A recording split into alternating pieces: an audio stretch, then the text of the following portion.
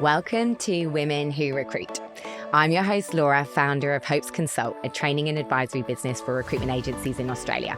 I've spent my entire career in recruitment, and I'm just as passionate about our industry today as I was nearly 20 years ago. The purpose of this podcast is to get to know and celebrate the incredible women who dedicate their careers to our industry. This isn't just about their highlight reels or the big rise to the top, although we will definitely touch on that. We'll be talking about what it actually looks like: career choices, leadership challenges, ambition, doubt, burnout, and the constant juggle of work, family, and everything in between. If you work in recruitment and you want to be inspired by the stories of women in our industry, then this podcast is definitely for you. Welcome to Women Who Recruit. I am so glad you are here. Hello, everyone. Welcome to this week's episode. I'm so happy and excited to be joined by Sophie Lane from Sestra People, and really looking forward to our chat today. Thank you so much for being here with me. That's okay. I really appreciate it. Sophie, I'm going to start by reading out your bio. Sophie Lane founded Sestra People with a clear purpose, inspired by the words of her late sister: "If you love recruitment, be the best at it." The name itself, Sestra, meaning sister, is a tribute to her, a constant reminder of why Sophie does what she does and how she does it. As managing director, Sophie brings over a decade of experience and a deeply personal approach to scaling high-growth teams across the full spectrum of IT recruitment. She works with startups and global enterprises alike and is known for putting people, candidates and clients at the heart of everything she does. For Sophie, family isn't just a value, it's a way of life. Coming from a Maltese and Croatian background, she was raised in a culture where love is loud, tables are full, and people come first. That spirit lives inside Sestra People. Her team aren't just colleagues, they're family. And that sense of belonging is at the very core of the company's culture. Sophie's closest friendships are the kind that feel like sisterhood, a fitting extension of everything Sestra stands for. She believes that the women who lift each other up are the ones who go the furthest, and she carries that energy into both her personal and professional world.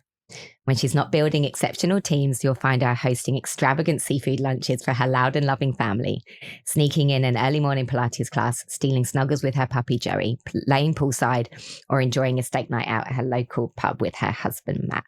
It's the best bio. I loved it. I remember reading it when you sent it through and just being like, oh my God, like just the soul in it. I know. And it's also like the comparison of what I first wrote you, because I know it was a bit shorter and then to that one. But like I did have some help of friends because I just can't talk about myself in that way. I mean, it's hard, like, right? Just like, can you tell me like personally what I do? And they're like, yeah, sure, let's do it. Well, I think it's hard. And I think, you know, with everyone that I asked for their bios, everyone in this first series, everyone's first draft was like super corporate, right?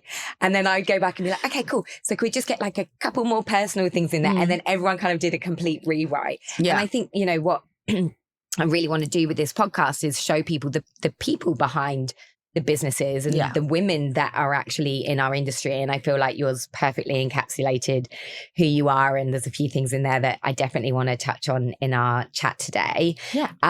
So just to kind of for a bit of background. So you've been in the industry 10 years, recruiting for 10 years? Yes, pretty much right on 10 years now. And then how old is Sestra People? Probably about 18 months. Okay, cool. And how has the journey been so far?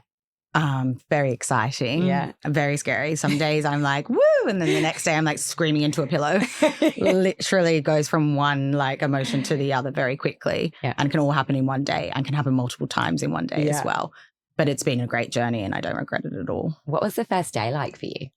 It was just laptops, problems and everything else. Like it wasn't even like, if I could go back, I wish I could say it was like this inspirational thing, but it wasn't. It was like, how do I set up my laptop? Yeah. I've got to turn this on. I've got to turn 3 others on as well. And how do I join? Like it was just like the mess and the chaos, but it was amazing. Yeah. It's funny because I think everyone thinks that first day in business is like, you know, it's for us at Lotus People, like it was almost anticlimactic. Like we put the posts out on LinkedIn and we were like, okay, we're in the office and, you know, we'd lit our little candle. And then it was kind of like, okay, so we just need to, I don't know, post some job ads and set up job adder and start inputting things into this area. Like it was almost like, we just have to start doing the job. Like I don't know what we thought. Suddenly the phones were going to be ringing off the hook with people going, I can't believe what you've done. Yeah. Hit press, you know. It was just kind of like, okay, we know how to do this. Just get on the tools and make it happen. Yeah. And I think you do, like you sit there and you kind of think about all the other things you can do. But really it's just just fucking doing it. Yeah. Like, just getting it going. Just get on the phone and do it. Don't think about what your signature looks like, and don't think about what like this post on LinkedIn needs to be. It's just get into it straight away and build that culture from the beginning. Yeah. And for you, so kind of going back to the start of your recruitment career, how did you get into, let's start there. How did you actually get into recruitment? I just fell into recruitment like everyone says they do. Mm-hmm. I basically went through a rec to rec. Yeah, and I got put in front of, I think, like 15 recruitment companies across the week. Yeah. And I was a trainee. So I had no idea what recruitment really was. I remember calling my sister at the time being like, oh, there's a difference between permanent and contract recruitment. Like no clue. I studied psychology. I wanted to be a marriage counselor. Really? Like that was what I wanted to do. And I soon realized that I was going to make the money I wanted to make in that straight away. And I also realized I had not the maturity to be a marriage counselor at all. And, I'm 25 years old at this point. I go, okay, I'm going to fall into recruitment. I'm going to do this. It seems like it's like a great job to get into, specifically getting into like an industry of any sort, because like I could do org psychology if I wanted to do that, but I chose not to. I chose to stay in recruitment, obviously. But yeah, as everyone says, you fall into it. And this rec to rec put me in front of so many people. I think I got to the end and it was Opus where I ended up staying. And I just was like, can someone just put a bloody offer in front of me? I'm so sick of talking about myself. I want to make money. Like, please, can you just give me a job? And that's really kind of how I fell into it. And then, Opus, I was there for 8-9 years. Yeah, wow. Yeah. And it's funny, isn't it? Because so much of like it's funny you saying wanting to be a marriage counsellor. Yeah. Like, and so much of your degree would be so useful in the work that we do. And at times you would have been like, well, I feel like a counsellor. Like I'm actually kind of doing what I set out to do, just 100%. Not with couples, and sometimes with couples. Obviously kind of limited knowledge around, and I was the same as you around what recruitment was. I remember the first day in my first agency and they were like, are you recruiting perm or temp? Because I was in like an induction. I was like, I don't even know what the difference is. Yeah. Like, what did you have any kind of preconceptions around what this career would look like? Or, what has surprised you most, I guess? Definitely did not see the career growth that someone could get out of this, or that career journey you could have out of recruitment. It was very much like you go in there, you make sales, you want to be the top biller. That's it. And then I've seen this other side of recruitment where I founded Sestra People, and it's brought a whole new career to me. I mean, not even that, but the networks you make as well. You're speaking to people that are C-levels of massive companies or board members of huge companies, and you're learning so much more than just picking up the phone and saying, hey, do you have a job? Can I fill it? There's just so much more to recruitment. And like young women should know that, because you can build an amazing career out of it. Yeah, I love that. And I think that was always one of the things that, like the learning curve that kept me so engaged with it, you know. I just never felt like the learning was done. And to be able to like get that level of insight into how companies are structured and how they work in different industries, and I recruited across multiple different industries throughout my career, and just being able to learn, okay, this is how a construction company works. This is how a nonprofit is structured. Like, this is how this business makes the money. Like, I found it fascinating. It is. And learning like all the different, like there is so much, like I call it the dark arts of recruitment, but there is so much more than just a resume and a job to fill. Yeah. There's so much more behind the person that you're going to try to fill a job for. There's so much more for the person you're trying to get a job, someone to get a job to. Like, there's so much more to it than just filling jobs. Yeah. The wizardry behind it. I love it, the dark arts. Dark arts. That's what I say to my team all the time. And is that, when you talk about that, it's like the psychology behind it, right? Like how people are thinking, how they're feeling, how we're working with them. But also how you can further help people. Like in a company, they might say to you, oh, I'm looking to fill a job for a mobile developer. Like when I first worked in tech for Opus, it was very much niche down to different technologies. So all I knew was mobile development. But then when you started to become more senior and have more senior conversations, you realize like that you're solving a problem, and like that solution selling stuff becomes really exciting when you're speaking about literally changing people's lives. Like Cochlear, for example, as a client, like that's changing people's life that are deaf. And you're being a part of that. You're hiring into that, which is just amazing, because it becomes further than just placing a mobile developer into a role. Yeah. It's like less about the transaction, more about the ripple effect. 100%. I spoke about that in Beck Hartshorn's episode around like the level of impact. Yeah. And I think we do we don't recognize that as much, of we're like, well, where's our value? We're chasing roles. And I know a large part of this role is sales, but the level of impact you can have in the businesses that you choose to partner with and in people's livelihoods, like we're dealing with people's lives, their careers are obviously one of the most impactful things on their lives. Like it's a major privilege, I think, to be a part of. Definitely.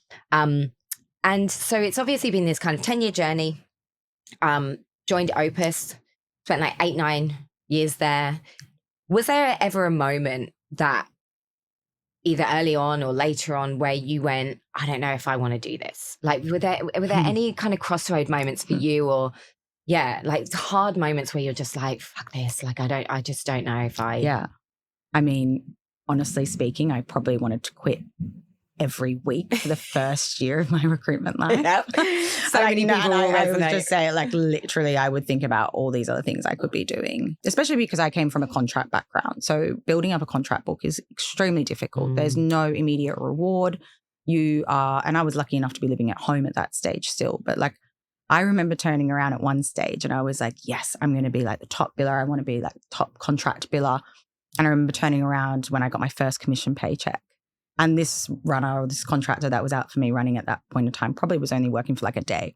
So the commission was like $4.78. And I remember turning around to like the top biller at the time, John, being like, I think there's something wrong with my commission check. Like, I think they've got it wrong. I placed someone. And then I got told that was like normal. And I was like, what am I doing? I've been here for 3 months already. And that took a year. And sometimes it takes 18 months for someone to get up and running, to build that proper contract book, especially a trainee. And that was really difficult. So not getting that immediate gratification of any sort of income or even recognition, and also the hardships of people dropping out and coming in, and like you get a job on, you think it's going to be great, and then that person lets you down and they don't take the job, all those type of things. I mean, I wanted to quit literally once a week. Yeah. I think I probably said that out loud to my family, like, what am I doing? What is recruitment? Why am I doing this?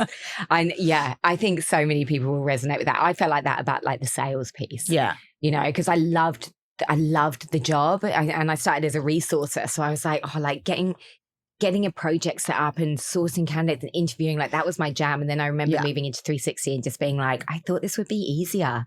Like I found this part of the role like so natural. Yeah. Why is this part so tricky? And my resilience just wasn't there. Yeah. So I was like always crying, like always in the bathroom being like, well, I just don't know if I could do this. Shower cries. Yeah. And it is like that first commission, it's anticlimactic, isn't it? Because it's so just like bad. $4. It's just be like, why bother? I was just like, give I it to you in coins. Yeah. One coffee. And then you went on to have major success, right? Were you one of like Opus's most successful contract recruiters? I mean, I think our contract team was amazing overall. Yeah. I wouldn't say I was like the best of any sort, but there was a lot of great billers and a lot of good contract consultants. Like contract, you have to have a way of thinking. And I was lucky enough to have amazing mentors that taught me that. Like our trainee model was best of the best. Mm-hmm. So once you come in and you only know contracts, you kind of live and breathe it. Like it was like contracts for life. Our team was so good at that. Yeah. And being really collaborative. So there was multiple amazing billers on the contracts team. Yeah. So yeah, I wouldn't say I was one of the best, but I was definitely, I was top biller once across the team, but that changes so quickly. And then I moved into management after that pretty much straight away. And what prompted that shift into leadership for you? Like, was that something that you had your eye on quite early on? Did you want that kind of, I don't want to call it traditional pathway, but the traditional recruitment pathway of growing out your own little team and then becoming manager? Like, is that something that you kind of had your eye on, or was that something that came a bit later for you? I would say that it came naturally because of where I was, and I wanted to be able to kind of grow my career. I was very much driven on my career always. Mm-hmm. I didn't want to just do the same job constantly, and I wanted a new challenge. So it started like that. I started to fall in love with it probably more so when I saw people that came in as trainees or came in with a couple of years experience, and then to see their success. Yeah. I was like, wow, I was a part of that. I mean, it's not always just you as a manager, but you definitely empower that. Yeah.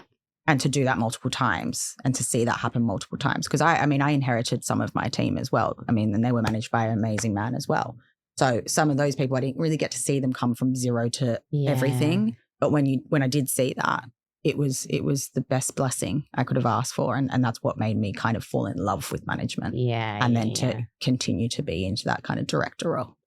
It's amazing, isn't it? Like watching it literally from the being part of the whole journey. Yeah. And how was that shift for you from running a really successful desk to, your time then? Because I think, a lot of the recruiters I speak to are moving into leadership. It's almost like an identity shift, isn't it? It's like you've been able to measure your success, and then your success becomes a little bit less tangible because it's about building other people's skills, and it takes a little bit longer to kind of see the outcome. Yeah. Was that something that was a bit of an identity shift for you, or was it kind of quite a natural I think it was kind of natural for me. Okay, great. I have that kind of like mothering type of a personality. So it was very much, I wanted to help people. I mean, I studied psychology. I did social work before psychology. Yeah, so like that type of wanting to help people and being there for people has always just come natural to me. Yeah. And I also always need different challenges. So having different people is always different challenges. Yeah. I think at one stage I was, I had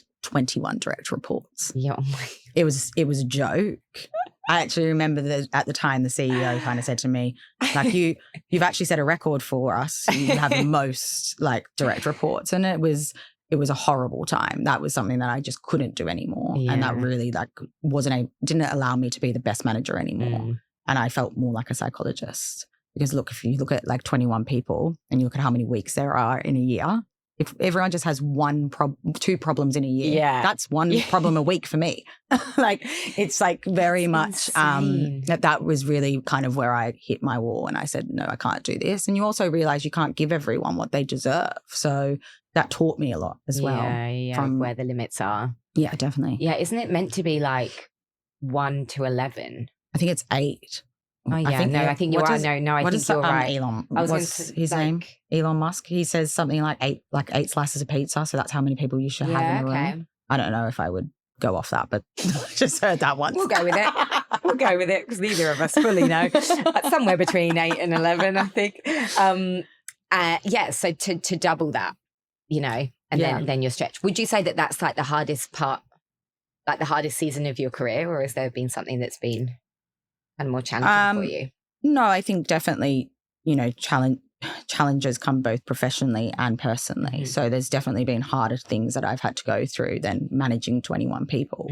I mean, some people would probably dream of that. Do you know what I mean? When you look at the big world and you see things as a big picture, that's really not a big problem. Yeah. I would say that it was probably transitioning from a really great career that I had built at Opus and moving into the risk of starting my own was super challenging. Not only professionally because it's scary, but also personally because, I'm a 35-year-old woman. It's no secret that I've been dealing with infertility and having that kind of stress and then starting a new business and then having a great maternity leave where I was, having long service leave where I was. All of that's great for when you're thinking about starting a family.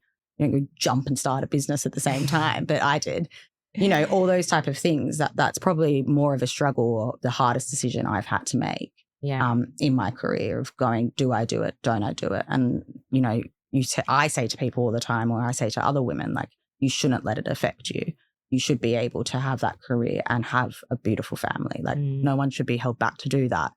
It's crazy to me that some people feel scared to tell their boss that they're pregnant. Like that's just bizarre. I mean, Georgina, who is one of my co-founders, she fell pregnant 4 months into us starting Sestra. Did she really? Yeah. And she was scared to tell me.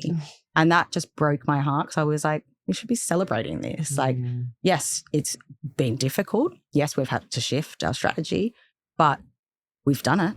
And we're still where we are. And she's back in July and she's had a beautiful boy called Shelby. But that happens everywhere. It's not just in recruitment, happens to everyone in any industry. And I just think it's bizarre that people are scared to tell people that they've had a baby. I mean, and it's such a systemic problem, isn't it? And you still see this all the time of, you know, women who are in an interview process, it's all going really well. Then they, you know, let out that they're pregnant and suddenly interview process goes cold. And, you know, there's obviously all these success stories of women who've joined business, like make such an impact for 6 months. Yeah.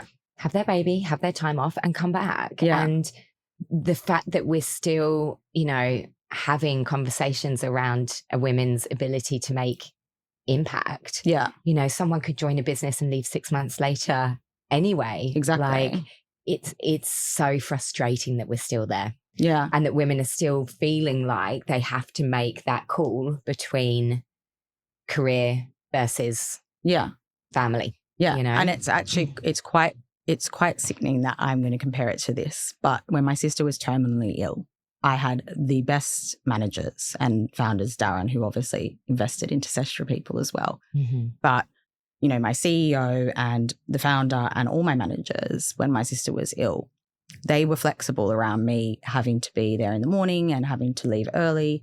And I think I had my most successful year, the year my sister passed away, which is insane. And I would say that you would need that much flexibility if you had a new family or anything. If someone was, if your father was sick or anything like that, it's just a level of flexibility that you need. Mm-hmm. And if you're given that, I feel like you will succeed. And I've got friends who have just come back from maternity leave in real estate recruitment. She had her best month on her first month back from maternity leave. And I'm like, you can do it. Yeah. You just have to you have to balance it and you have to work with the people that are doing it because everyone's different. Everyone has a different pregnancy. Everyone has a different problem in their life or personal problem. You just have to shift it and work with that person. You can't cookie cut that. Yeah. And I think, you know, it comes down to, doesn't it, flexibility being boiled down to time at home versus time in the office. It's like, that's just not what true flex is. It's not what it means. It means allowing people to show up in their lives where they need to and trusting that they will 100%. Still be able to do their work and being able to facilitate an environment where they can still do their work. Yeah. Because everyone's journey with, you know, fertility is very, very different as well. Every woman needs different things throughout her pregnancy, even through conceiving, through pregnancy, postpartum.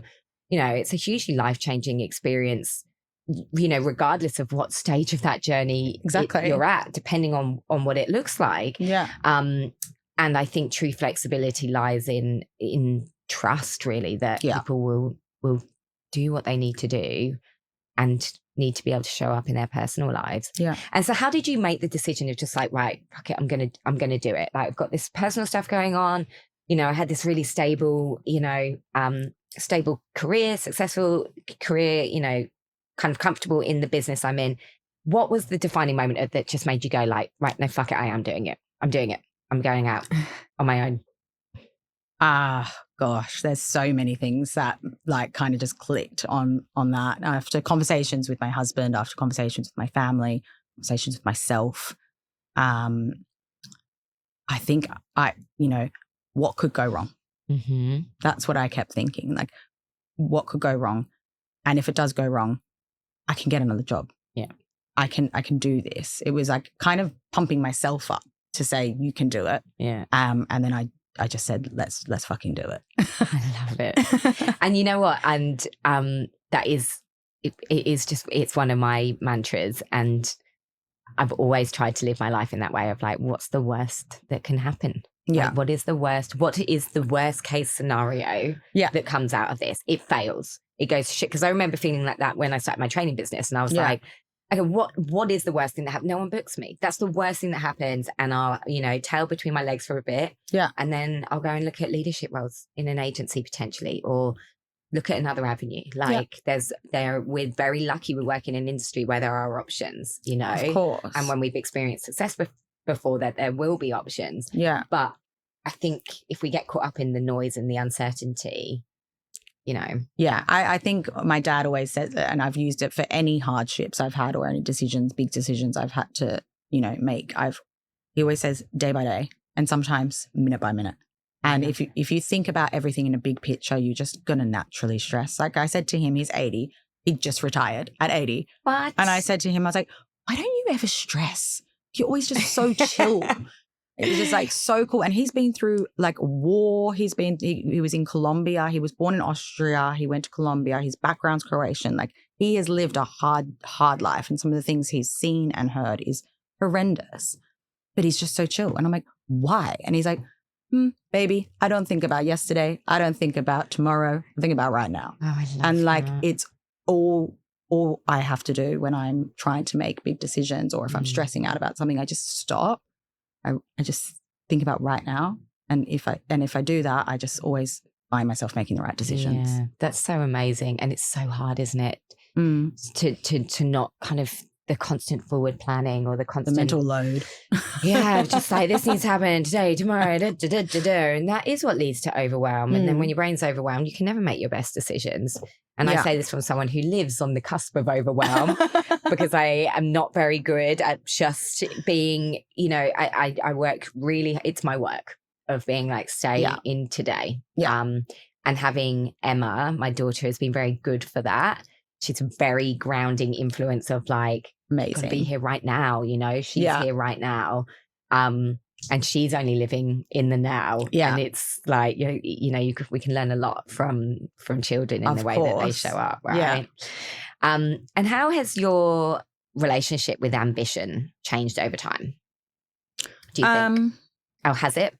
Yeah. No, I think it definitely has. It definitely has changed over time. I think I've put less emphasis on comparing myself. And I mean, it's so hard not to, but you do, when you come into a competitive environment like recruitment, everyone wants to be the top biller, who's the person that's done the most with this client, or starting your own business. I wonder what all these other businesses are doing. Am I actually doing really well? Am I not? I don't know, because you don't have anything to compare it to, but you keep trying to. And I've put less emphasis on doing that and kind of just chase where I'm at and what my next best step is going to be. What does next month look like? How can I make that better?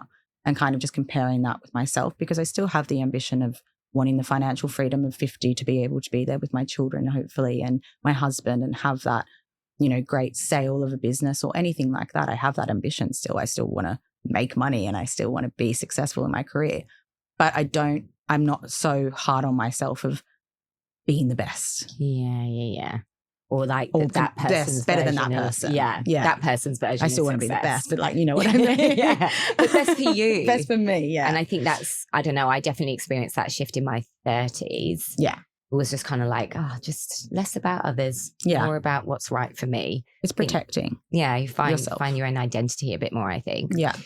So you've obviously got, big family, husband, strong friendship group. Yeah. So you've got this whole life, right, that obviously you want to nurture and spend time in outside of work. And then obviously you're still in like kind of the foundations of building and growing a business. How do you, what does that look like for you? How do you manage the time, like beyond the highlight reel of talking, because it's hugely successful, but what does the reality of that look like, and how do you hold boundaries around? I'm so bad at boundaries. I'm a yes girl. I'm like, let's do it. And then I sit there and I'm like, oh my God, I have a dinner every night with my girlfriends and I'm having this party on Friday. What am I doing to myself? And then I call my mum, like a millennial, I'm like, I said yes to everything. And I said yes to this big business meeting that I shouldn't have said yes to, all this kind of stuff I say yes to. And I mean, I think that's probably why I have such a strong foundation of family and friends, is because I can say yes to these things and they lift me up. They fill my cup up every time I see them. So I'd never regret doing it. But when I look at my week ahead, I do. And I'm like, shit, I didn't set those boundaries. Yeah. And my husband always says, stop saying yes to everything. And I'm like, oh gosh, I can't say no, because I'm in such a big believer that when you give something to someone, it will come back to you as well. And giving that time to a friend who might need it, or spending time with my family when I really want to. Those are the type of things I don't want to say no to. Yeah. They're really super special to me, and I'll just manage it. I mean, I have a tribe of beautiful people around me to help me when I need it. And when I have said yes too many times, they will understand if I have to cancel. But it is tough, and I kind of just show up in my time slot. So, I spend my time in the morning for myself, and then I go into work and it's all about work. And then in the afternoon, it's going to see a friend or it's going home to chill with my husband. And I have my Friday lunches with my dad, no matter what. He comes over. We work from home on Fridays and he always comes over and he does a few things around my house and I just make sure I spend an hour with him. That's so having lovely. lunch with him. It's our little tradition. And then seeing my mum on like a Sunday morning for coffee. You know, I have those things that I set for myself that I don't give up on. Yeah. And I don't want to have to. And I think it's really important to make sure that everyone does that. Yeah. But I show up when I need to show up for work. Yeah. You know. Yeah. And it is hard. And I think, you know, if you're surrounded by people that fill your cup rather than drain it. And I think it's, more of a choice, isn't it, about who is in that inner circle and how it makes you feel. Because whilst, having big commitments, having a lot on, like at the beginning of a week, you're never going to get to the end of it and be like, I didn't love that. I didn't love seeing those people. I didn't love spending that time. Do you find it hard to switch off from work, or are you quite good at like that laptop shut? I'm switching off for the day. I'm always working. It's like in your brain. Yeah, on my phone or if I'm looking at an email. I just prioritize it. Like if it's an email I can go back to, I just keep it on unread. I'm very good with my unread and read. Like I don't understand people that have like 150 missed calls on their phone. Oh my God, no. Or like messages they haven't read or like, and I'm like, I have to clear everything at the end of every day and then start again. So like I'm just very good at setting those priorities. And if there's something that's on my work email that can be left for Monday and let's say it's a Friday afternoon, I'll just keep it as unread. But if it's a priority, you know, if it's going to do something for the business or if it's one of my people in my business, well, that comes first always. Yeah. My husband's phone makes me feel sick. It's like, you know, he doesn't delete any emails. Oh no. Doesn't have any folders. Gives me anxiety. If he has to go and find something. He's probably might end up listening to this. If he has to find, he has to go and type in like, you know, keywords to try and find certain emails from like years ago. No way. His apps are like just there's no folders for his apps and there's like hundreds of like I find it so I'm a zero inbox kind of gal, always. You know, like if there's more than 4 in there, I'm stressing out. I'm meticulous with it. But for me, it's like I need that because life is so busy. I need the order behind it to keep 100%. Things going. Yeah. But I definitely struggle with the boundary thing. Yeah. I think I used to be better at it, like the circuit breaker between work and home. But now it's just like shut the laptop into parent mode, you know, but then still on the emails and it's it's very hard to find that switch of like I'm putting that away. I take my hand off people like that. Yeah, I can't do it. Yeah, and I think it's very hard when you own your own thing. Yeah, because no one else can do it, right? Yeah. In terms of your leadership and the way that you lead, have you ever felt like? Have you always felt like you've been able to be truly authentic in the way that you lead? Has there been a time that you felt like you've had to show up in a way that maybe doesn't land with you? Yeah, definitely. I think that when you're, you know, as I said, I came from a trainee background. So everyone is trained the same way. Like you would know, obviously, with L&D, like it was you had to do 4 weeks of this and then 4 weeks of this. So everyone was taught the same way. And when you start to realize that people become more senior, you realize that they need to be managed differently. But when there is a way of teaching and training from management and it works on some people, but it doesn't work on other people. So like saying to someone, you need to do 10 canvas calls or you need to do like 10 more candidate calls, you need to get more leads. That can sometimes not hit well with some people because they don't take it well. You know, like I learned one time, someone told me that I'm like a type A personality, which means that when I think of something, I'll just say, hey, let's do this. But then there's other people that take time and think about things before they say anything, which I probably should do more of. And if I turn around and kind of say on my personality, or I am who I am, and this person comes up to me and tells me their idea, and I'm like, yeah, that's cool. And I go back to doing what I'm doing. I'm not doing that personally.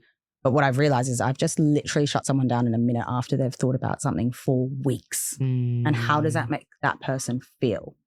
So saying to one person, you need to do more candidate calls or you need to be managed this way, it's not going to work for them because they don't understand why. You know, I had one of my trainees who is an amazing biller now and she's in the US. She always needed to know why she needed to do something. It wasn't just like, do 10 more calls.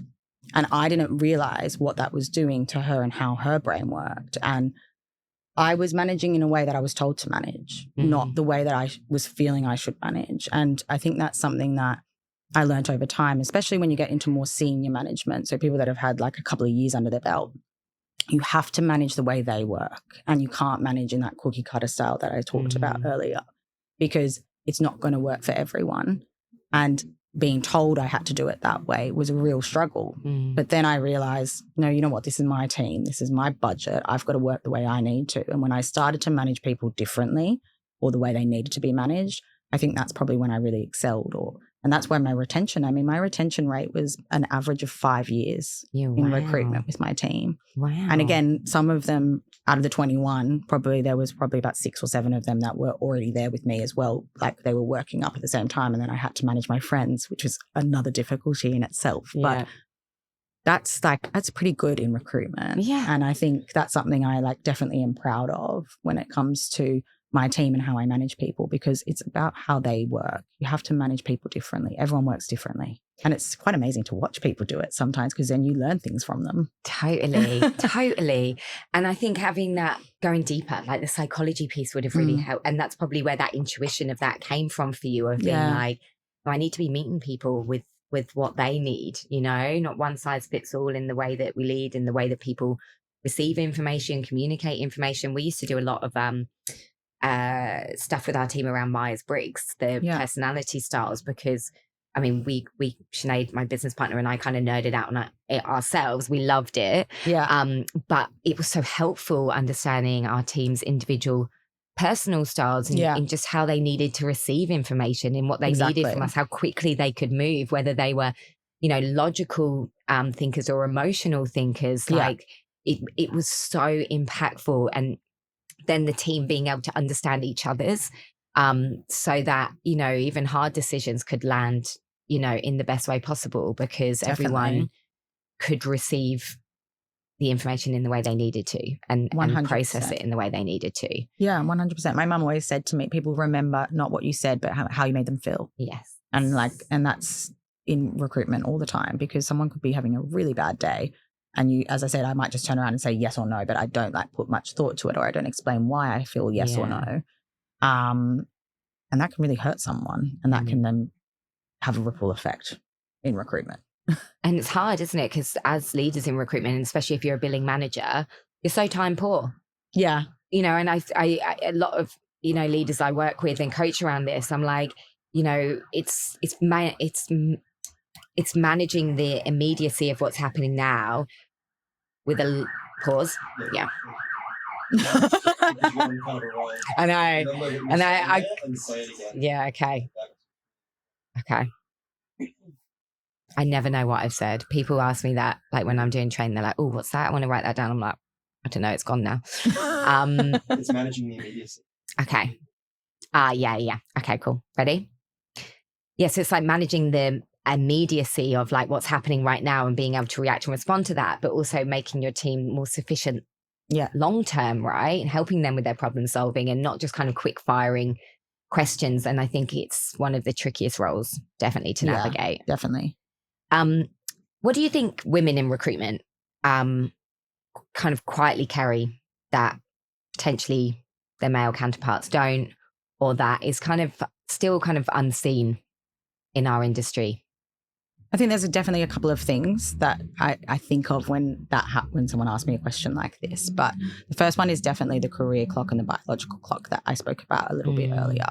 We know that women can do it. We know women can have family. I know many successful women that are in recruitment that have had a family, but they still are fearful of that. Whether it be like, do I do like I did with my own business? Do I wait here in the business that I'm in, where I'm not too happy anymore, I'm not challenged anymore, and I have this great opportunity because I want to have a baby soon? Or do I jump? And that would probably be for anyone that maybe was more in their earlier career in recruitment, and they're a trainee, or they're a senior and they have a baby. They're probably really scared to do that, because they're not sure if they're going to be able to still be going at the level of, the run rate that they're going at the moment, because there's that fear factor. Yeah. And I think that's definitely something that women still carry. Not even just in recruitment, I think anywhere. And then the other one is, I think, being quite assertive as a manager, as a woman in recruitment. My male counterpart might say the same thing I say, but for some reason I'm a bitch, you know, like, and that does happen a lot. He's just forward. I'm just like, and it's like being that assertive person can sometimes have a negative effect. And often it can be other women that are saying that you know, you're coming across like this because you're being too direct. And that's definitely something that people hold back when they're trying to manage, because they're scared that they might come across the wrong way. That likability kind of thing that you have to have as a woman or as a girl, that can be really quite scary to go the furthest and be that manager that you want to be, because you're scared of not being liked because you say something that might hurt someone's feelings. And would land so differently, you know. Yeah, I'm so conscious of both of those things with raising a daughter, you know. Like, she's got an opinion. Like, if anyone called her bossy for it, you know, but we don't call little boys bossy. Yeah. But we call little girls bossy if they're being assertive or, you know, being a bit sassy or whatever. Yeah. We're still, I'm very conscious of celebrating that part of her and being like, yeah, like, good for you for speaking up for yourself. Be confident. Being confident, you know, and the language that we associate, like, we're building it into women still, I think. Yeah. So subconsciously early on. And I think then, like, women's leadership style can almost become apologetic. Yeah. You know, like, I'm sorry I've got to deliver this. You know, I didn't quite mean it. You know, there's it's that fear of being able to assert and be super clear and direct still has such a negative connotation. Yeah. Which I think is super, super tricky, especially to manage in an industry where we consistently have to give people feedback, clients, candidates. Internally team, as well. Internally, you know, like, we don't feel comfortable doing that. It's almost doing a disservice to our ability to do our job really, really well as well. There's a speaker called, I think she's a psychologist called Kim Scott. Have you heard of her? She's got this theory called radical candor. And it's basically, she talks about, you know, how we get the best out of our people and she's got this graph, and there's a really great YouTube clip. But she talks about the way that we should be communicating with people is with absolute care, but absolute honesty. Yeah. And I still think that it can be tricky for women. The care factor is definitely there, but the complete honesty, there's still a block there because of what we've subconsciously learned about how we should I learned a way up. to get around that is always at the end of conversations when I am feeling like I'm being really direct and that person might think I'm not a very nice person. I definitely always end a conversation. And I learned this, I think it was a book I was reading, and it always ends the conversation with, do you feel like that was fair? Like, do you think that's fair? And it's such a simple thing for people to say to their staff members or to anyone that you're having there's a problem that you're trying to fix, is at the end of the conversation when you've said the honesty stuff and you've said it with care, you just say, like, do you think that's fair? And like, that's their time to really come to you and say, and be honest and care back. And if they lie to you, well, I mean, that's not really something that you have you can't own that, right? But most of the time, it's always felt like it's left that conversation, even if it's been not a nice conversation to have, it's left the conversation in a positive manner. Yeah, because you're getting their feedback and there's that care factor at the end. Like, definitely. I want to hear how you feel about that. That's amazing. I love that. I'm going to start weaving that in to difficult conversations. What advice would you give to your younger self or like our audience now to support them with kind of navigating their recruitment career, with life around their career? Goodness me. I would say that the advice I would give to my younger self is just fucking do it. I've always lived by that. It was actually one of my old managers, JFDI, he used to write, because sometimes in recruitment, you can think about all the things you need to do in the day, but if you don't do it, then it's not going to go anywhere. Fucking do it. So I just take that with all of everything in my life. Just fucking do it. And I also was reading this other thing for women in recruitment specifically, that nothing screams cool girl more than a woman that screams for another woman's success. Oh, and I was like, I love that. And it's just like, get around the girls. Like, Sestra is that's what it's about. It's like, get around everyone and make them be the best that they can be, because it's not about being the loudest in the room. It's about empowering others with like no ego and like no competition. Just empower each other. Oh, I love that so much. If that wasn't like the whole feeling of what I want this podcast to be for women, you know, like it couldn't have encapsulated it better. It's beautiful. And it's like, it's so important. Yeah. So important.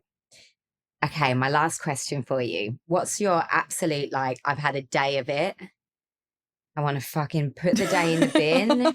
What's your, like, absolute it kind depends of on the day. Your self-care indulgence. Where do you go? What do you do? What do you need? It does depend on the day, because some days you just bloody need a rosé with lots of ice in it and all your girlfriends. Like you need that. Sometimes you just need to chill out and put on Friends. You know, I always go back to rewatching the same things on TV when I've had a bad day, or if it's just like been a shit week. I'm like, I'm going to watch something that makes me happy, and Friends always does. I love that. So yeah, I would say either rosé or Friends on the couch. It's so good. PJs on rosé. You can just do all of it. Friends, rosé, PJs. Yeah, you could. You could. But the pub is a great atmosphere when you need it to be. Like a Thursday, you know, when you've had a rough day. It's just like city's buzzing. There's nothing like just debriefing with friends over a bottle of something. Just definitely. A bit of steam. I wish I could say I was like a runner.